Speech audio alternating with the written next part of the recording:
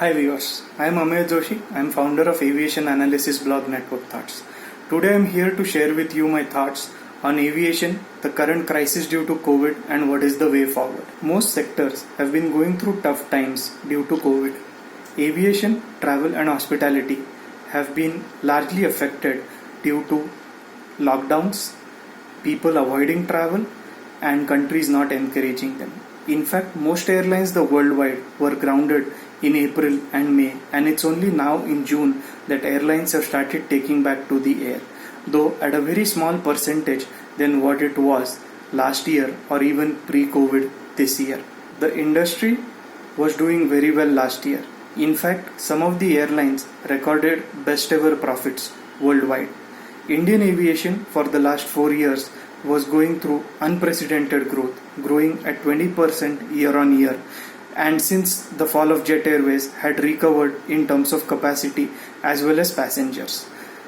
Indian Airlines have 650 plus commercial aircraft in the country. They operate 200 plus airports, and there are about 8 airlines which operate these aircraft.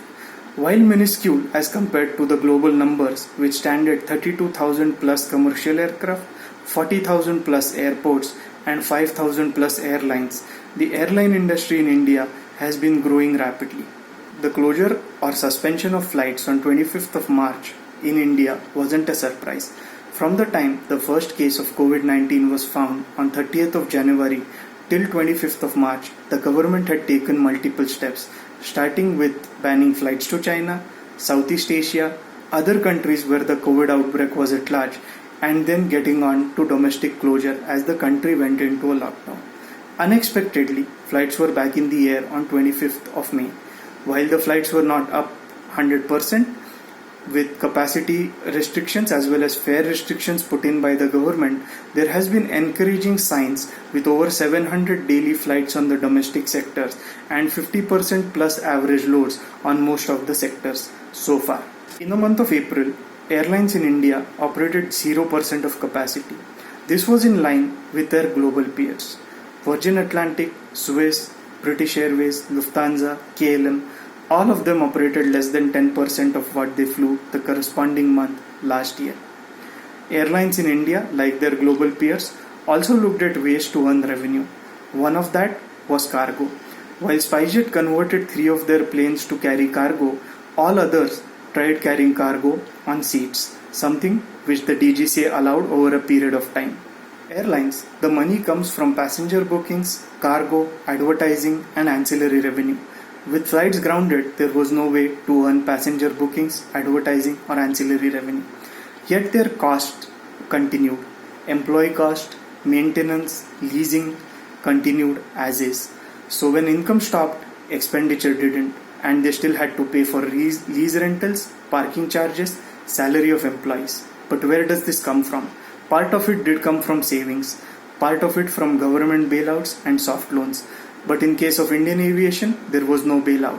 While globally, airlines did get some bailout, IATA, the International Air Transport Association, global body of airlines, says that 55% of this bailout money is part of debt, and airlines have to repay this, and this translates into a whopping 67 billion US dollars.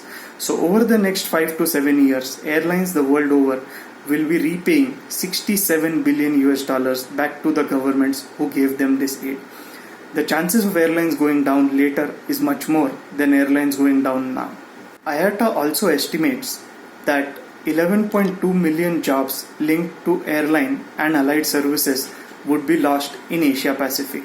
Overall, there are 65.5 million jobs which are supported by airline directly and indirectly across the world.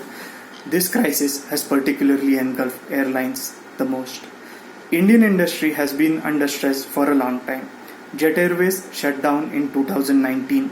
Indigo hasn't recorded bumper profits like in the past. SpiceJet, Vistara, AirAsia India have all recorded losses. Air India has been in loss for long. Yet, we cannot afford to let another airline go down, and it is very important that as the industry comes out, airline comes out more stronger than what it was before. Limited markets have opened up globally. India is still not even a month into opening up, but there are green shoots.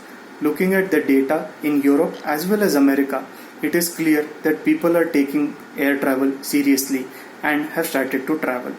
While airlines across the world enforce compulsory mask rules and social distancing, airline is definitely making a comeback much faster than any other industry.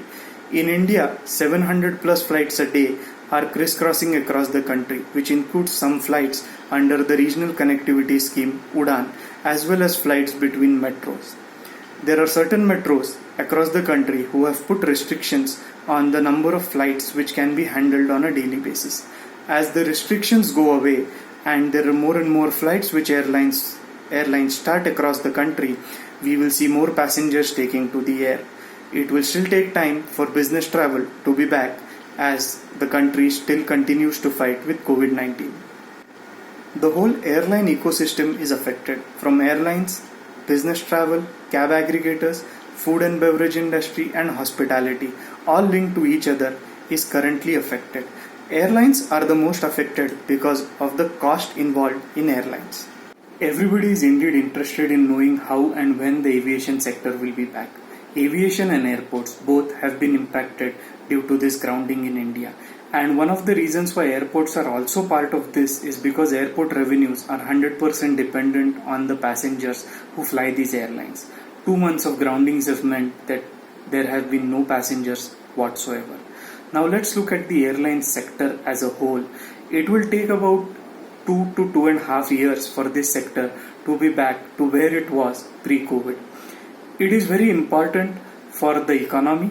It is very important for the country to move forward, and there is no way that aviation will not come back. So for all those who think that aviation will be very tough sector to be back to where it was or airlines will collapse, personally I don't see that as an option. So how long will it take? I assume it will take between 2 to 3 years to be back to where we were before COVID. And why am I saying so? Only because currently we are operating at 33%. It will take time to operate a little more, till we really operate 100% over a period of next 6 months. 6 months later, we will actually be back to growth. Of course, this is dependent on how COVID-19 shapes up. Is there a medicine? Is there a vaccine which is coming up? And how long it will take for the vaccine and medicine to be administered to ensure that people are back to flying. So while airlines be in wait and watch mode, and so do the passengers about their next travel plans, I firmly believe that aviation will be back to where it belongs, in the sky, with all planes 650 plus in the skies, plus about 100 more which will come in the next 1 year or so across airlines. We will be back in the skies soon, and there will be opportunities like no other to soar. Thank you for watching.